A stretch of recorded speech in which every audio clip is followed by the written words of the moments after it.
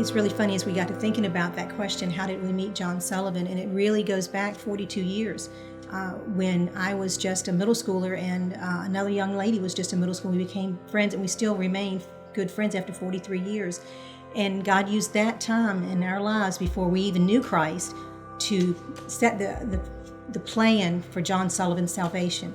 And so over that period of time, in 42 years, we've had an opportunity to, my friend Donna, to allow her to come live in our home for 5 years. John Sullivan came in because of Donna's youngest daughter, Kim, who married Jim Sullivan. So they are brothers. They're like 16, 18 months apart, and they're inseparable.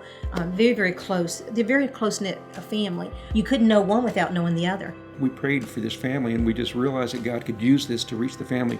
We knew the family was lost, and we knew that they needed Jesus Christ. So that was the first thing we did, is pray for the family, that God would use, that situation to open that door. And, however He wants to use us, we're open to that also.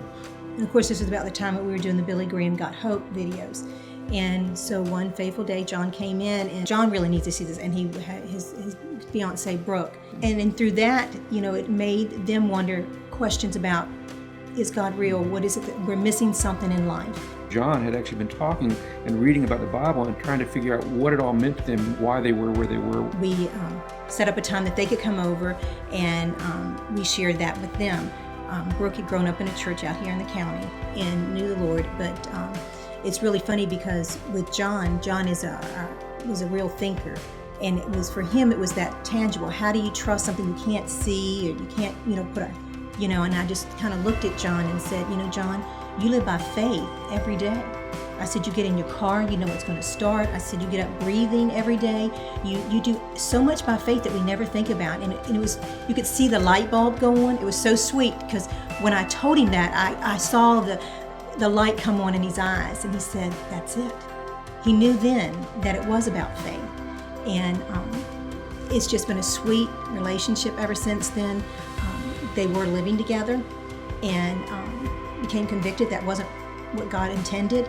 And because part of what we did when we were sharing the gospel with them was also tell them our testimony, that we didn't know the Lord when we first got married, and just what God has done in through our marriage, and we were just able to share that blessing, how God has blessed our marriage, and they came to the point where they realized they needed to be married. And it's been quite a blessing to watch their journey and watch them grow. And they're part of a church, they're active, they're growing, they're doing Bible studies, and it's just amazing, how God has used that to reach this family. So it is. It's really neat. I mean, they're expecting their first child. There's even coming back to us, and asking us to read books concerning marriage. 5 love languages. And so that we can talk to them about it. And that's exciting for us, because for Terry and I, we knew as non-Christians, our marriage was in trouble. And it was because of coming to Christ that we realized that Christ had a bigger picture, that marriage was His plan. And so by setting out to seek His plan, we've always wanted God to use us as an example that, God has something far greater for a couple than what we can plan. And so allowing us to do that and to be with John and Brooke and to see them digging in on their own is just it's an incredible blessing.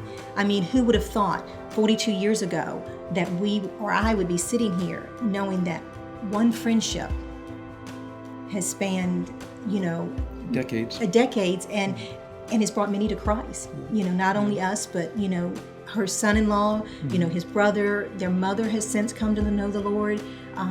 Just the snowball effect that has taken place because you were willing to go out, that your neighbors just aren't the people next door. And of course, the most exciting thing, of course, is the story's not over. They continue to grow, and we just see them just growing incredibly in Christ, and they're going to have a godly marriage. They're going to raise up a godly child, and it's just amazing to watch this thing unfold, and just to be part of it, I guess, is what's really, really the blessing. And, God has used those circumstances. God's Word tells us that we are to be a lighthouse to our community. That when you have a lamp lit, you don't put it underneath your bed. It's to be on your bedstand where you can light a room. And that's what God calls us to be, the light to the world.